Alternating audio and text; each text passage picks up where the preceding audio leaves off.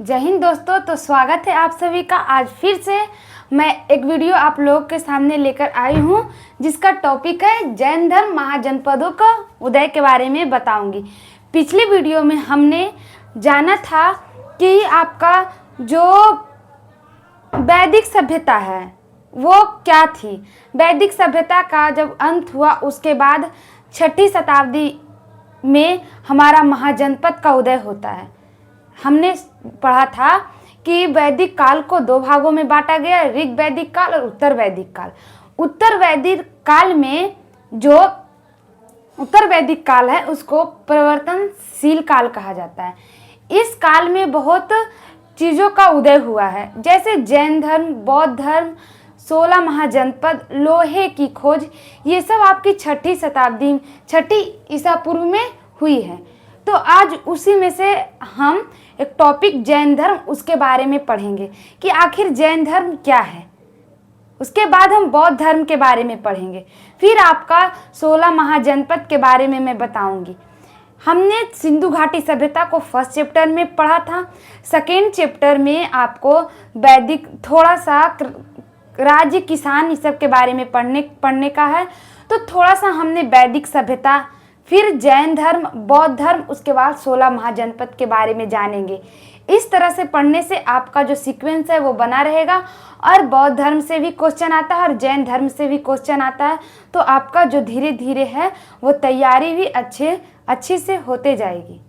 तो इस प्रकार हम इस चैप्टर को ख़त्म करेंगे। पहले हम जैन धर्म के वैदिक काल के बारे में पढ़ें, फिर हम जैन धर्म के बारे में पढ़ेंगे, फिर बौद्ध धर्म के बारे में पढ़ेंगे। उसके बाद हम गुप्त ये आपका जो 16 महाजनपद में जो हमारा मगध साम्राज्य का स्थापना कैसे हुआ उसके बारे में भी पढ़ेंगे। तो आज की इस वीडियो में सिर्फ हमें जैन धर्म के बारे में फोकस करना है कि जैन धर्म क्या है। आप इस वीडियो में जैन धर्म के बारे में अच्छे से समझिए। हम जैन धर्म को देखिए, बुद्ध के जन्म के ईसा पूर्व 6ठी ईसा पूर्व शताब्दी में भारतवर्ष 16 जनपदों में बटा हुआ था। इसकी जानकारी हमें बौद्ध ग्रंथ अंगुत्तर निकाय से मिलता है।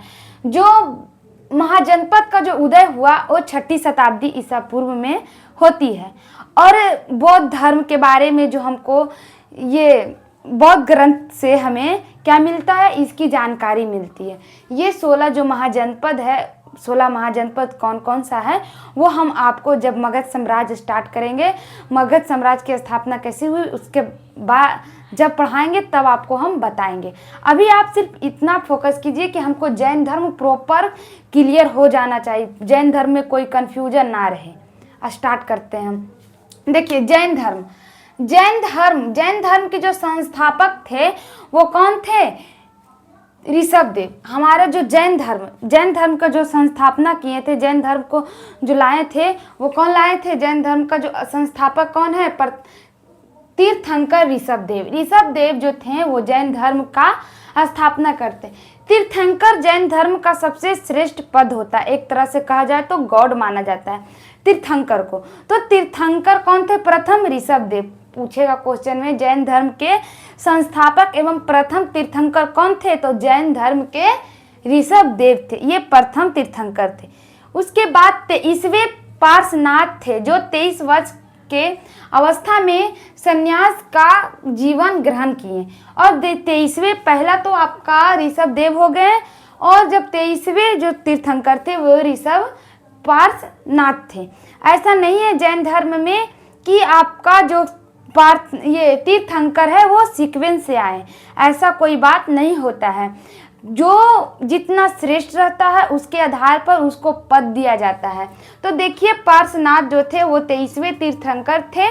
23वें तीर्थंकर हमारे कौन होते हैं?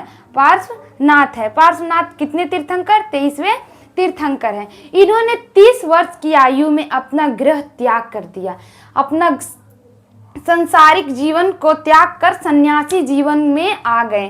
कितने वर्ष में? तो 30 वर्ष की आयु में।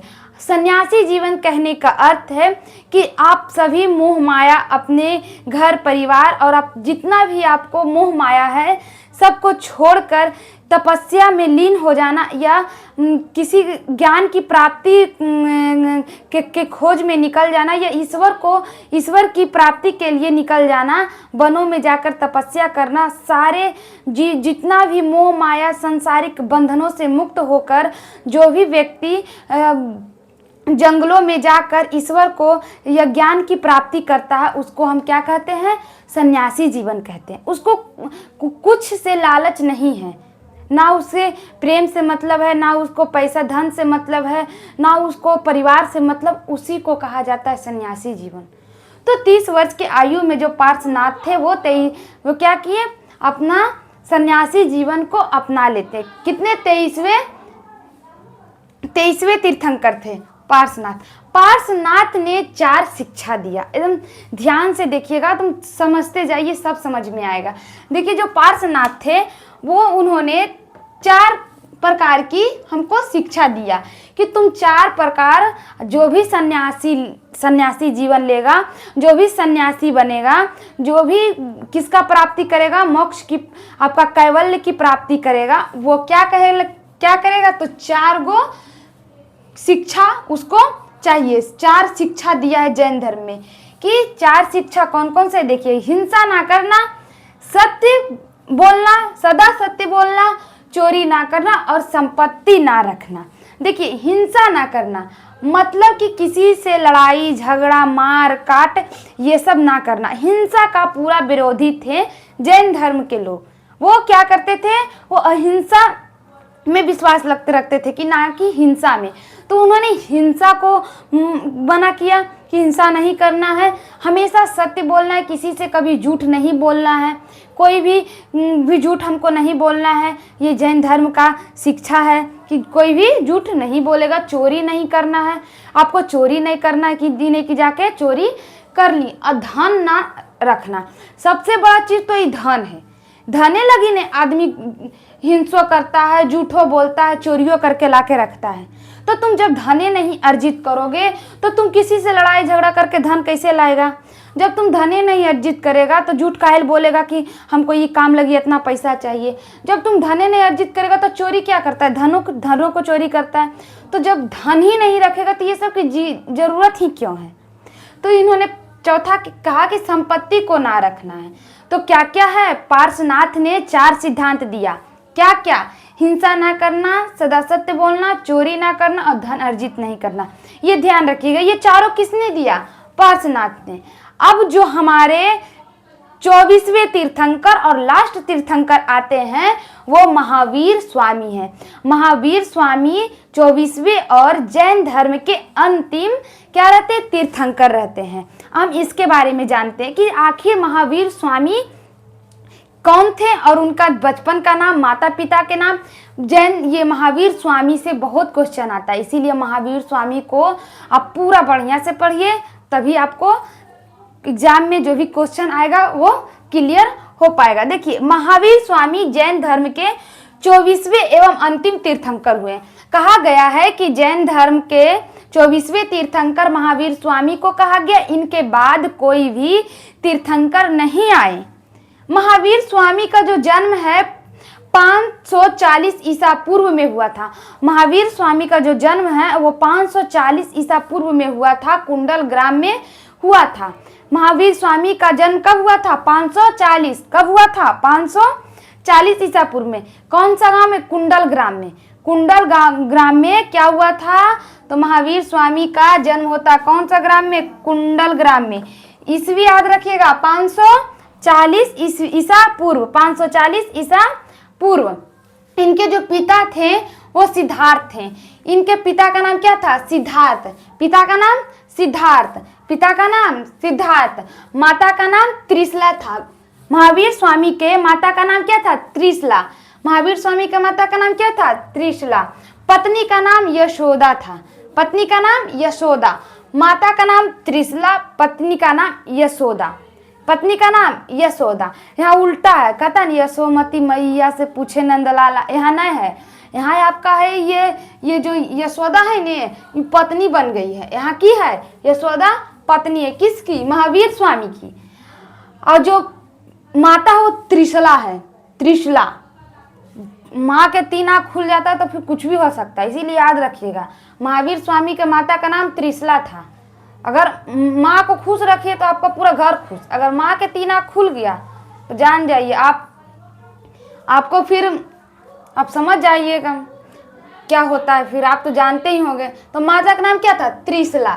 माता का नाम त्रिशला, अब पत्नी का नाम यशोदा। पुत्री प्रियदर्शी थी। पुत्री का नाम क्या था? प्रियदर्शी। और एक बात और ध्यान रखिएगा, इसका जो जमाई था उसका नाम, जो आपका महावीर स्वामी का जो जमाई का नाम जयमाली था। जमाली नाम किसका था? दामाद का नाम जमाली था। तो देखिए पुत्री का नाम क्या हुआ? प्रियदर्शी। प्रियदर्शिनी किसका नाम था? पुत्री का नाम। अब महावीर के बचपन का नाम जानते क्या था? वर्धमान था। जरी वो थे ने तो उनका नाम वर्धमान था। हम लोग भी जब छोटा छोटा रहता है ने तो मुनिया चुनिया सब नाम रख देता है सबके। तो इसी प्रकार जो महावीर स्वामी थे उनका बचपन का जो नाम था वो क्या था? वर्धमान था। ध्यान रखिएगा, वर्धमान। पिता का नाम यहाँ सिद्धार्थ है और बचपन का नाम महावीर स्वामी का क्या है? वर्धमान था। 30 वर्ष की आयु में वह गृह त्याग दिए। अब जो महावीर स्वामी भी थे ने वो भी 30 वर्ष की आयु में अपना घर द्वार त्याग देते हैं। माता पिता की उनकी मृत्यु हो जाती है। घर द्वार त्याग के अपना बड़ा भाई से आज्ञा लेकर वो क्या करते हैं? सन्यासी जीवन को अपना लेते हैं। कौन? तो महावीर स्वामी। उन्होंने भी क्या किया? घर त्याग के सन्यासी जीवन को अपना लिया। महावीर स्वामी जो रहते हैं वो 5वां उपदेश देते हैं ब्रह्मचर्य का। 5वां उपदेश महावीर स्वामी देते हैं ब्रह्मचर्य का। तो 5 शील, जो 5 शील है, 5 शील सिद्धांत किसने दिया? महावीर स्वामी। ध्यान रखिएगा, 5 शील जो सिद्धांत है वो महावीर स्वामी देते हैं। 5वां सिद्धांत वो जोड़ते हैं ब्रह्मचर्य। 4 गो सिद्धांत तो ये है, महावीर 5वां जोड़ देते हैं ब्रह्मचर्य। ब्रह्मचर्य के मतलब है तुमको शादी ब्याह नहीं करना है। तो जब तुम शादी ब्याह नहीं करोगे तो तू की कर लड़ाई केकरा से होगा? सदियन करेगा तो लड़ाई केकरा से होगा। और उसके बाद जब लड़ा तो फिर तुमको झूठ भी नहीं बोलना पड़ेगा कि हम यहाँ नहीं है, यहाँ है। उसके बाद तुमको उसके लिए चोरी करके कुछ लाना भी नहीं पड़ेगा। और धन किसके लिए अर्जित करता है? परिवार के लिए।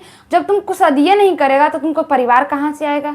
तो महावीर स्वामी बहुत तेज थे। उन्होंने कहा सबसे पहले उसको ब्रह्मचर्य रखो, कि शादी उदी नहीं करेगा, लड़की उड़की के चक्कर में नहीं पड़ेगा तो की करेगा? नहीं हिंसा करेगा, नहीं झूठ बोलेगा, नहीं चोरी करेगा। तो क्या करना? ब्रह्मचर्य का पालन करना। ब्रह्मचर्य का पालन करना। 5वां सिद्धांत क्या देते हैं? ब्रह्मचर्य का। कौन देते हैं? महावीर स्वामी। 5वां सिद्धांत महावीर स्वामी देते हैं ब्रह्मचर्य का। ध्यान रखिएगा, ये भूलिएगा ना। 12 वर्ष की आयु में इनको ज्ञान की प्राप्ति हो जाती है। समझे? 12 वर्ष की आयु में उन्होंने घर त्यागा था। 30 वर्ष के 42 साल में जाके उनको ज्ञान की प्राप्ति होती है। सोचो बाबू, कितना दिन तक वो पेशेंस रखे और कितना वो तपस्या किए और त्याग किए, तब उनको जाकर ज्ञान की प्राप्ति हुई। और आप लोग 2-3 साल में उब जाते। बोर्ड के एग्जाम आपका आता है तो आप 3 महीना पहले से पढ़ते। अब साल भर पढ़िए जी, 12 महीना पढ़िए। 12 महीना पढ़ के अच्छा नंबर लाइए। देखिए तो 12 साल के वर्ष में उनको ज्ञान की प्राप्ति हुई। समझ रहे हैं? 30 वर्ष में वो घर छोड़े, अब 12 साल इंतजार किए तब उनको कैवल्य प्राप्ति हुआ, ज्ञान की प्राप्ति हुआ। तो पेशेंस रखना चाहिए हर स्टूडेंट को, बहुत कुछ मिलता है।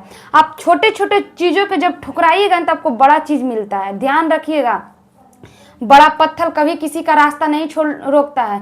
जब रोकता है जब छोटा पत्थर अगर आपके पैर में घुस जाएगा नहीं तो आपको घाव कर देगा। बड़ा पत्थर दिख जाता है, इसीलिए बड़ा दुश्मन दिख जाता है, लेकिन जो छोटा दुश्मन होता है छुपल रहता है, समय अला पर वार करता है। इसीलिए अभी से ध्यान रखिए और पढ़ल कीजिए। देखिए 12 वर्ष की आयु में ज्ञान की प्राप्ति हुई। कहाँ हुआ? तो जिम्बिका ग्राम में रिजुपालिका नदी के तट पर हुआ, साल वृक्ष के नीचे। जाम्बिक ग्राम में क्या? रिजुपालिका नदी के तट पे साल वृक्ष के नीचे महावीर स्वामी का क्या होता है? ज्ञान की प्राप्ति होती है। कहाँ? तो जाम्बिक ग्राम में। किस गांव में? जाम्बिक ग्राम में। किस नदी के किनारे? तो रिजुपालिका नदी के किनारे, किस नदी के किनारे? रिजुपालिका नदी के किनारे, साल ब्रिज के नीचे, किस ब्रिज के नीचे? साल ब्रिज के नीचे महावीर स्वामी को ज्ञान की प्राप्ति होती है। सोचो, उसके बाद जब वो क्या करते हैं, उनको जब ज्ञान की प्राप्ति हो जाती है तो वो अपना पहला उपदेश अपना दामाद जयमाली को देते हैं। पहला उपदेश जयमाली को देते हैं और लास्ट उपदेश एक महिला को देते हैं। हम महावीर स्वामी को ज्ञान की प्राप्ति हुई, उसके बाद उन्होंने अपना शिष्य पहला उपदेश किसे दिया, उसके बाद उन्होंने लास्ट उपदेश कैसे दिया, संलेखना विधि से अपना शरीर को कैसे त्यागे, उसके बाद जो आपका जो कैवल्य क्या होता है, सत्यंबर दिगंबर क्या होता है, इसके बारे में हम कल एक वीडियो और बनाएंगे। कल आप एक वीडियो और देखिएगा और समझिएगा कि इसका एकदम इम्पोर्टेंट पार्ट है वो वाला। अगर आप देख लीजिएगा तो आपका पूरा जैन धर्म कंप्लीट, कहूँ से क्वेश्चन पूछेगा तो हम धक धक मारिएगा, सब सही जाएगा। जय हिंद।